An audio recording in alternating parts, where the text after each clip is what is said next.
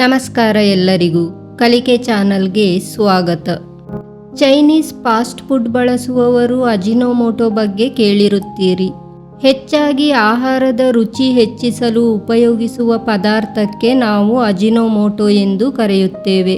ಆದರೆ Ajinomoto Co.Inc ಒಂದು Japan ಮೂಲದ ಬಹುರಾಷ್ಟ್ರೀಯ ಆಹಾರ ಮತ್ತು ಜೈವಿಕ ತಂತ್ರಜ್ಞಾನ ನಿಗಮವಾಗಿದ್ದು, ಇದು ರುಚಿಕರ ಪದಾರ್ಥಗಳು, ವೈಯಕ್ತಿಕ ಕಂಪ್ಯೂಟರ್ಗಳಲ್ಲಿ ಬಳಸುವ ಸೆಮಿಕಂಡಕ್ಟರ್ ಪ್ಯಾಕೇಜುಗಳಿಗಾಗಿ ಇಂಟರ್ಲೇಯರ್ ಇನ್ಸುಲೇಟಿಂಗ್ ವಸ್ತುಗಳು, ಅಡುಗೆ ಎಣ್ಣೆಗಳು, ಫ್ರೋಝನ್ ಆಹಾರಗಳು, ಪಾನೀಯಗಳು, ಸಿಹಿ ಪದಾರ್ಥಗಳು, ಅಮೈನೋ ಆಮ್ಲಗಳು ಮತ್ತು ಔಷಧಿಗಳನ್ನು ಉತ್ಪಾದಿಸುತ್ತದೆ.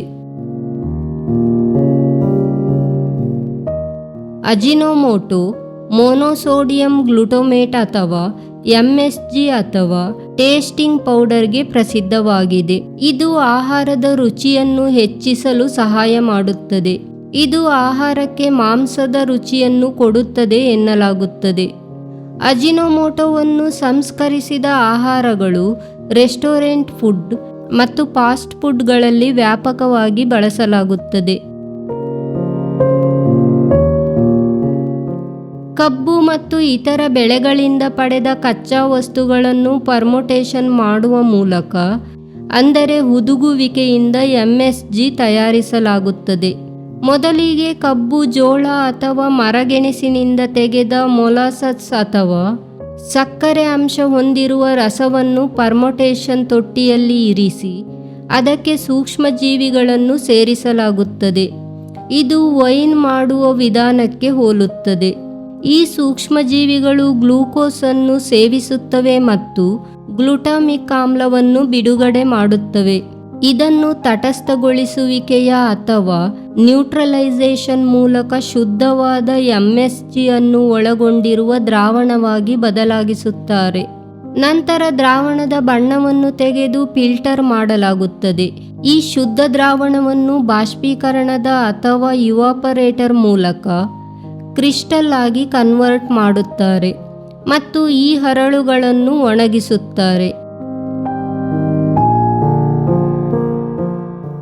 ಕೆಲವು ವ್ಯಕ್ತಿಗಳು MSG ಹೊಂದಿರುವ ಆಹಾರವನ್ನು ಸೇವಿಸಿದ ನಂತರ ತಲೆನೋವು, ಬೆವರು ಮತ್ತು ಎದೆನೋವಿನಂತಹ ಲಕ್ಷಣಗಳನ್ನು ಅನುಭವಿಸುತ್ತಾರೆ. ಇದನ್ನು ಚೈನೀಸ್ ರೆಸ್ಟೋರೆಂಟ್ ಸಿಂಡ್ರೋಮ್ ಎಂದು ಕರೆಯಲಾಗುತ್ತದೆ. ಅಜಿನೋಮೋಟೊದಲ್ಲಿ ಸೋಡಿಯಂ ಸಮೃದ್ಧವಾಗಿದೆ. ಸೋಡಿಯಂನ ಅತಿಯಾದ ಸೇವನೆಯು ಅಧಿಕ ರಕ್ತದೊತ್ತಡ ಮತ್ತು ಹೃದಯ ರಕ್ತನಾಳದ ಸಮಸ್ಯೆಗಳಿಗೆ ಕಾರಣವಾಗಬಹುದು. ಇದು ಅಧಿಕ ರಕ್ತದೊತ್ತಡ ಹೊಂದಿರುವ ವ್ಯಕ್ತಿಗಳಿಗೆ ಅಥವಾ ಹೃದ್ರೋಗದ ಅಪಾಯದಲ್ಲಿರುವವರಿಗೆ ಒಳ್ಳೆಯದಲ್ಲ. ರುಚಿ ಹೆಚ್ಚಾದಷ್ಟು ನಾವು ಹೆಚ್ಚು ಆಹಾರ ಸೇವಿಸುತ್ತೇವೆ. ಇದು ಕಾಲಾಂತರದಲ್ಲಿ ತೂಕ ಹೆಚ್ಚಾಗಲು ಮತ್ತು ಸ್ಥೂಲಕಾಯಕ್ಕೆ ಕಾರಣವಾಗಬಹುದು. ಕೆಲವರು MSG ಆರೋಗ್ಯಕ್ಕೆ ಒಳ್ಳೆಯದಲ್ಲವೆಂದರೂ ವಿಜ್ಞಾನಿಗಳು ಮತ್ತು ಆರೋಗ್ಯ ತಜ್ಞರು MSG ಸುರಕ್ಷಿತವಾಗಿದೆ ಎಂದು ಸಾಬೀತುಪಡಿಸಿದ್ದಾರೆ. ಅಮೆರಿಕದ ಫುಡ್ ಆ್ಯಂಡ್ ಡ್ರಗ್ ಅಡ್ಮಿನಿಸ್ಟ್ರೇಷನ್ ನಂತಹ ನಿಯಂತ್ರಕ ಸಂಸ್ಥೆಗಳಿಗೆ ಸಹ MSG ತಲೆನೋವು ಅಥವಾ ವಾಕರಿಕೆ ಮುಂತಾದ ಯಾವುದೇ ಪರಿಣಾಮಗಳನ್ನು ಉಂಟುಮಾಡುತ್ತದೆ ಎಂದು ಖಚಿತಪಡಿಸಲು ಸಾಧ್ಯವಾಗಲಿಲ್ಲ. ಯಾವುದಾದರೂ ಮಿತವಾಗಿ ಬಳಸುವುದು ಉತ್ತಮ.